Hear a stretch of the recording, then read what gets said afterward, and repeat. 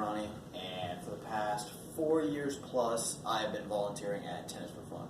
So it all started out with my sister. So she actually suffers from Down syndrome, and so she has been a part of the program since I was in kindergarten, probably younger.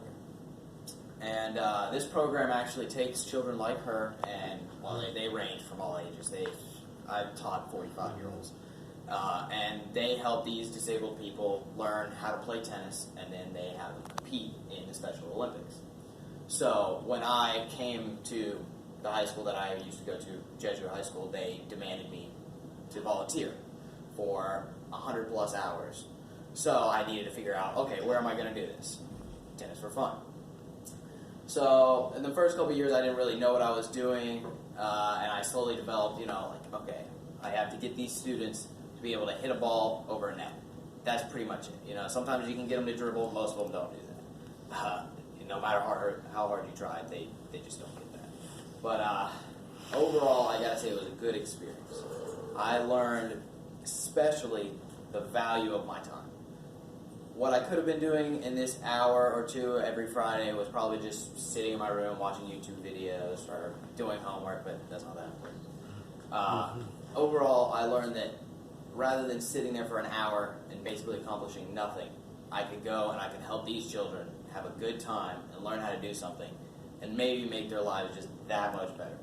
Because without volunteering in general, most programs like this wouldn't be possible. These children don't come from rich homes, and they really wouldn't be able to afford paying for a program where people come in and teach them how to play tennis every single week for hours plus.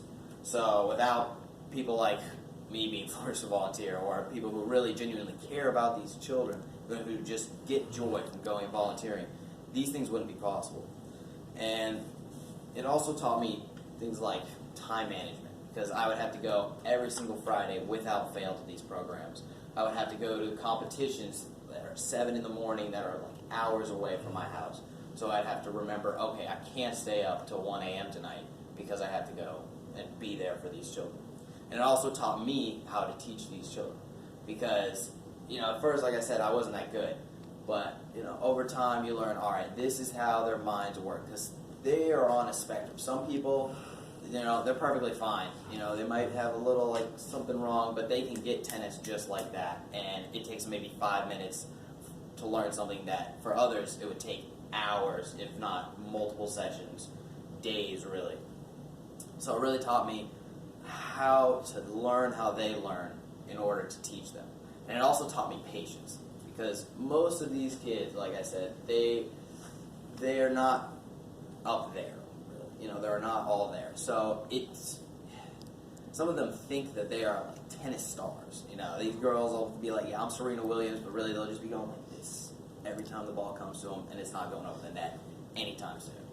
So it really takes some patience to sit there and be like, no, you didn't get it right. But once you really put in the time, you get to see the fruits of your labor. Like, once they really hit that ball over and they can do it over and over and over again, their faces just light up. Like, oh, you can just tell that they love the fact that they can get that ball over the net. And then when you look behind them to those parents that have been staring you down for the past hour, being like, are you trying to screw up my kid? What are you doing to make them cry? And they see that their kid is like all happy, then they light up and they're like, oh, okay, this is a good kid. And so then I feel pretty good, because I'm like, oh, okay, I actually did something. That's kind of nice. And, it really made sometimes there were good days, sometimes there were bad days. But I also had other friends who volunteered with me, because I went to this school which demanded hours from us. There were tons of other students who also had to do it. So they would come and, in the small gaps of time we'd have, we'd joke about random stuff, just mess around, really. And, overall we had a pretty good time. But the hardest part, I have to say, is like, when you're teaching and you see these people struggling over and over again, you can't really say that they're doing a great job. Like, if you go and they're doing something wrong over and over and over again, and you keep going like, yeah, that was pretty good, like, then they sort of start to think, oh, I'm doing a great job, when really, no, they're not. So you have to learn, all right, you want it to be a certain way, and you have to make sure that they do something a certain way. And when they do it that way, then you can give them the encouragement that they really want. And when they get that after a long time, then it really means a lot more to them than if you just give them like the frilly, like, oh, good job, yeah, I'm just here for an hour, just do whatever you want until I can go home. So you really have to learn to put in the time.